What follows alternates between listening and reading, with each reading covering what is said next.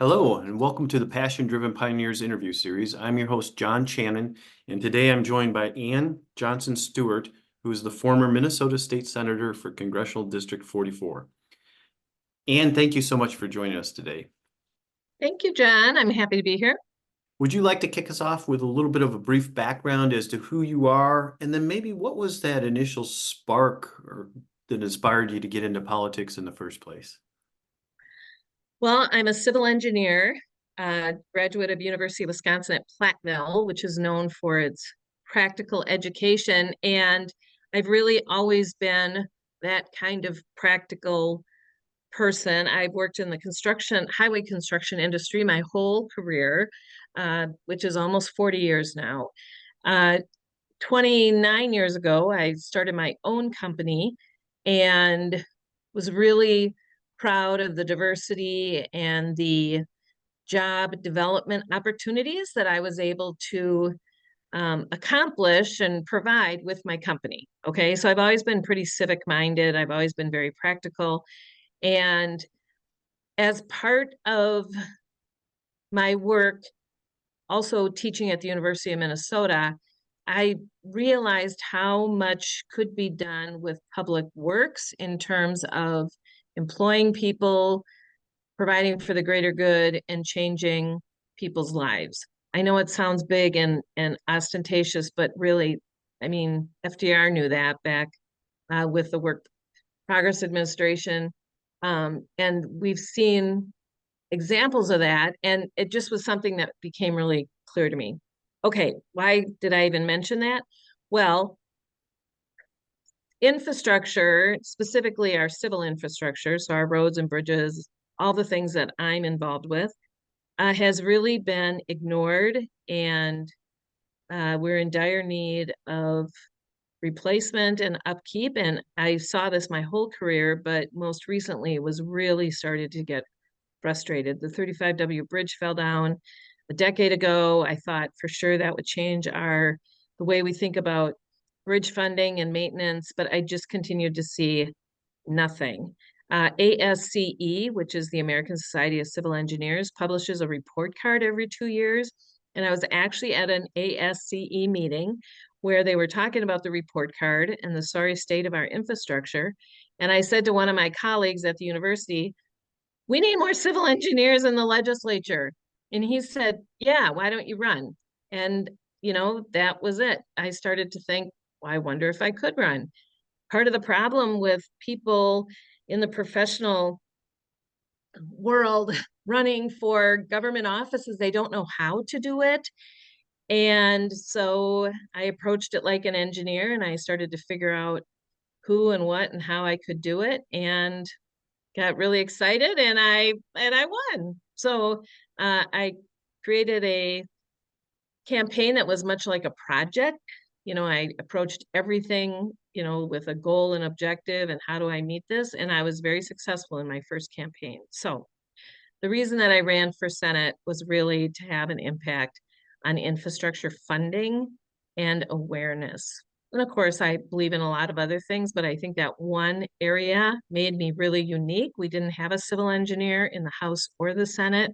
We don't have any in Congress or the federal Senate. And I think it's a really important role that civil engineers can play. So, tell us a little bit more about how somebody, if they were interested in getting into politics, what does that process look like a little bit? Because I have no idea what that process looks like.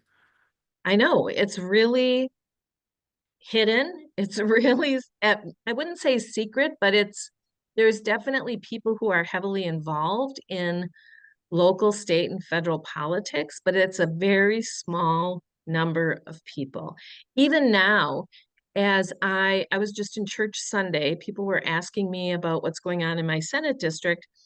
And these are not uninformed people. I mean, my friend Jim's a lawyer, my friend, you know, my big investors in my Senate district, et cetera, really aware, educated people had no idea what's going on. So to answer your question, I would say if somebody's interested in running for an office, they need to reach out to somebody in that office. So I was in the states. I ran for state senate. I happened to have two friends who were lobbyists who worked on state issues, and I reached out to them with a first meeting. How do you do this? And they were able to educate me.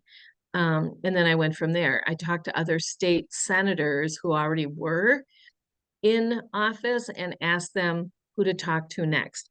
I have other friends who have taken my advice and run for city commissioner, county commissioner, park board commissioner, other things like that. And my advice is always the same. Talk to somebody already in that position because they've been successful.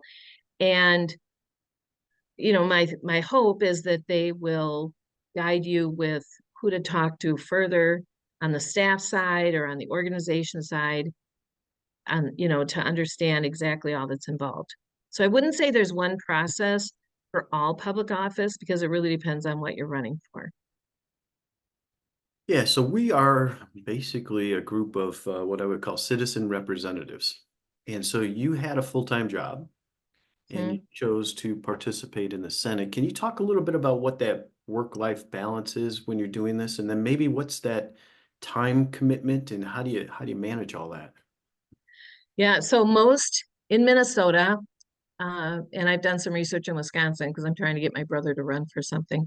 But in Minnesota, most of our elected offices are part-time. So we have 5 state officers. That's the governor, the lieutenant governor, the auditor, the secretary of state, and the attorney general. Their jobs are full-time, but everybody else pretty much across the board on the political elected side is part-time, including our senators and House members.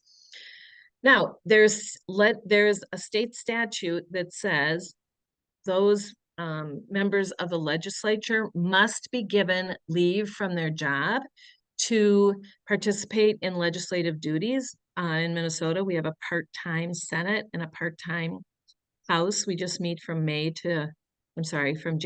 to May. And state law says that your employer must give you a leave for doing that and allow you to return to work after session's over at the same position without um, any penalty. Now, that's great if you're a teacher, you can take off a semester, or if you, work at uh, TJ Maxx or wherever. But the reality is, if you work for yourself, you don't really get to take off. So I owned my business when I was in the Senate, and it was really hard because I had to yeah.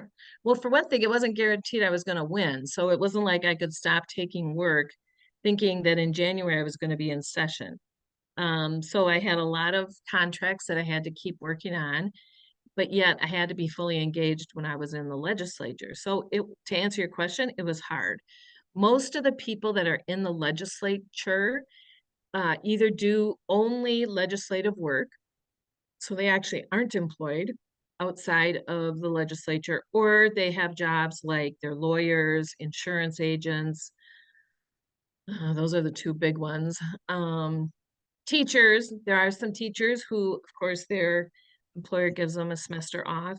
Um, there's, it's really hard to answer your question. It's really hard to manage a job and being in the legislature, but it's I would say it's harder to do that if you're self-employed.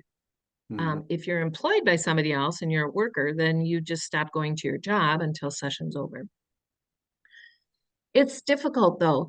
We say this is a part-time legislature, but I still have dear friends who are in the legislature. They work all the time. They work all summer, they work all fall. And if you're a good legislator, you're going to be working even when the legislature is not in session. Session is when you have to be at the Capitol, you have to be in committee meetings, you're working on legislation. But every time, all the other months, you're engaging with public, you're sitting on focus groups or boards, etc. It's really hard. It's really hard. And can I say one more thing? Absolutely. It's there's an effort to make the Minnesota legislature. I say it that way because it's hard to say legislator, but the legislature full time, because the reality is it's really hard to be a it's really hard to balance both, right? So what you end up with is, as I said before, many people in the legislature are only legislators. Well, that's great, but the salary for senators is 46,000, I think, and the salary for House members, I think, is a little less, or maybe they're both the same. Anyway, they're somewhere in the mid 40s, which honestly, unless you're a married person, it's really hard or a partnered person, it's really hard to run a household on less than $50,000 a year. And so there was an amazing House member who was a single woman. She was so good, but she didn't run again because she couldn't afford that. She couldn't afford life on that salary. So the effort to make our legislature full time is so that the salary can reflect the actual hours work. Hmm, that's really neat. So I'm going to ask you, we talked a little bit before the show started, and can you offer us maybe a little bit of a glimpse into your future plans in this area? Oh, well, thank you for asking.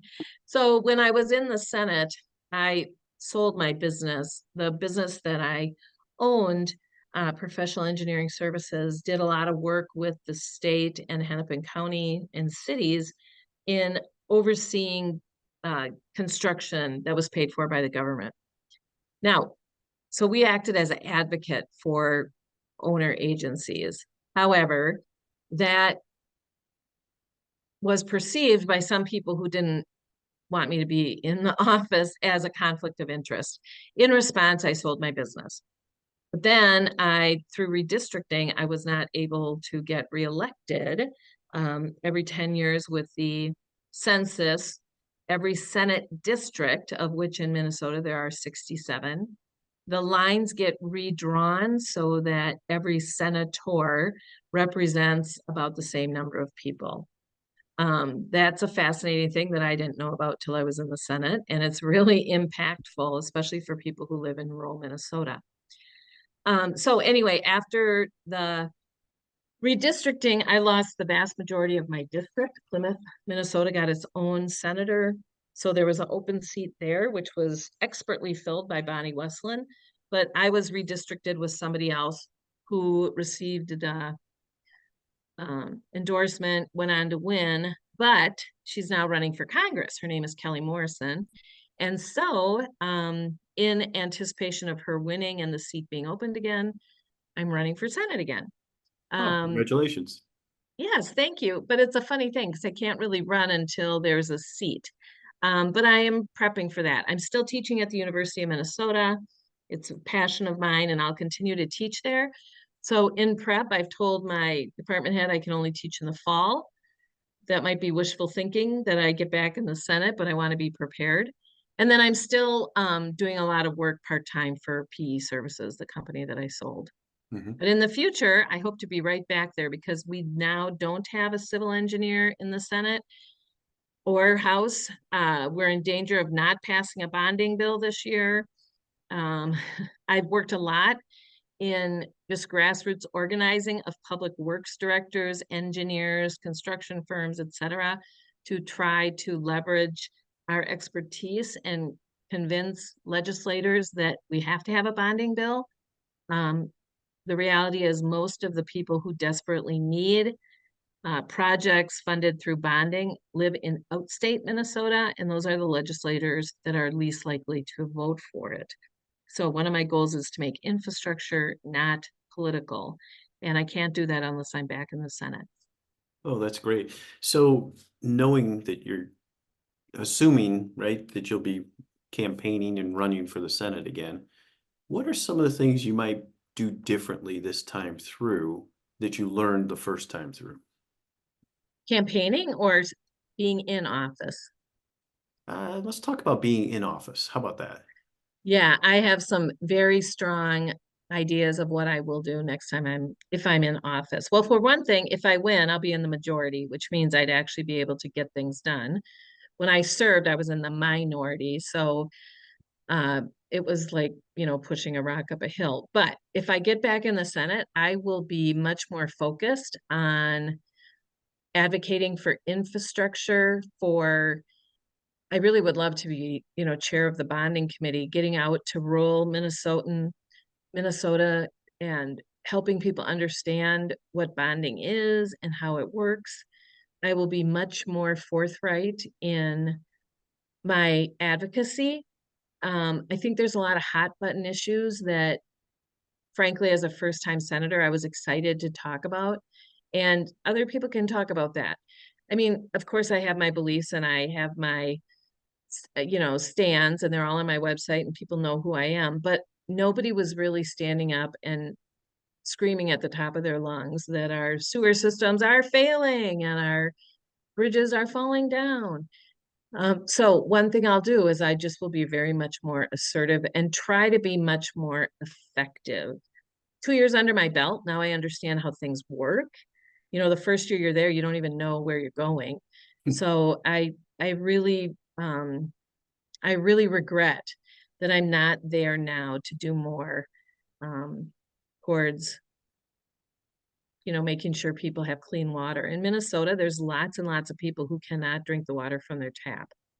They're Mm. not just in southeast Minnesota. They're all over. They're in Montrose and well, I don't want to name cities without having data, but there are a lot of cities where they can't drink their tap water. And that's, to me, that would probably be my number one priority, is making sure everybody has water they can drink out of their kitchen sink. Yeah, that's a great priority.